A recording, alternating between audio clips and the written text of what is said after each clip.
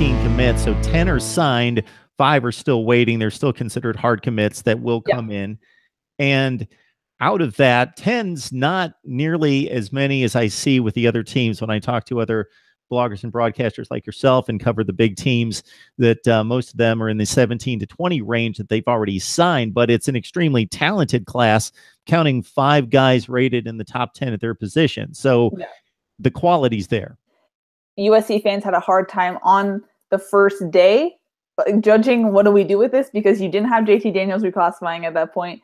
And you only had 8 guys. So a lot of fans were like, well, we don't know how to really judge this. But I think having JT Daniels reclassify and be in this class really changes USC fans' perspective, because now you have this quarterback that is so highly touted that fans are like, okay, we can. There's not that many guys so far, but we can put up with having Amon-Ra St. Brown and having JT Daniels. I mean, I'm really curious to see how that's going to play out, because those two were electric at Mater Dei.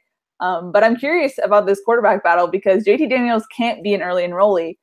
So Jack Sears and Matt Fink kind of have a head start on JT in that sense. But from what I've heard, I mean, I talked to JT a couple times, but from what I heard from other analysts is that he's just a cerebral player, and he has a real chance, even though he's coming late and coming in the fall. So this will be a very interesting battle for sure. So how do you view the quarterback battle and the other people around you that really know football and know the track record of these high school players? You mentioned Sears and Fink. Those are names that I remember seeing in the recruiting wars. So especially Sears, very highly thought of. So what's expected to play out in the spring? I don't know. I mean, I've heard that Sears was maybe more talented than Darnold coming out of high school. We've seen Sears in the scout team, but the scout team is really where Sam Darnold flourished. That's where some players are like, we knew he was going to be the guy in the scout team, but we haven't heard that really for Sears yet. But these guys really haven't had a lot of time. I mean, when you have a guy like Sam Darnold, you get a couple reps here and there. Matt Fink was the second team quarterback behind Sam Darnold, but we haven't really seen a lot of them.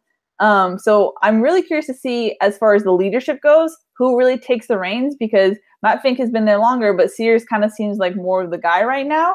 So I'm curious to see how that will battle out. But once fall starts, I'm really curious to see what JT Daniels does, because I feel like Sears will maybe have the edge coming into fall camp.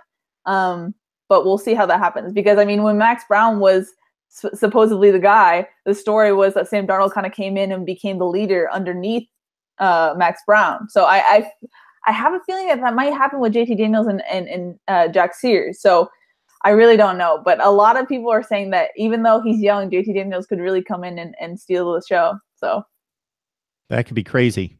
Yeah. But it happens more than it ever happened before in college football, where these guys are so well prepared at the elite high schools and all the camps they go to, that they're more prepared than they ever have been to take that job at an elite school, even that first year.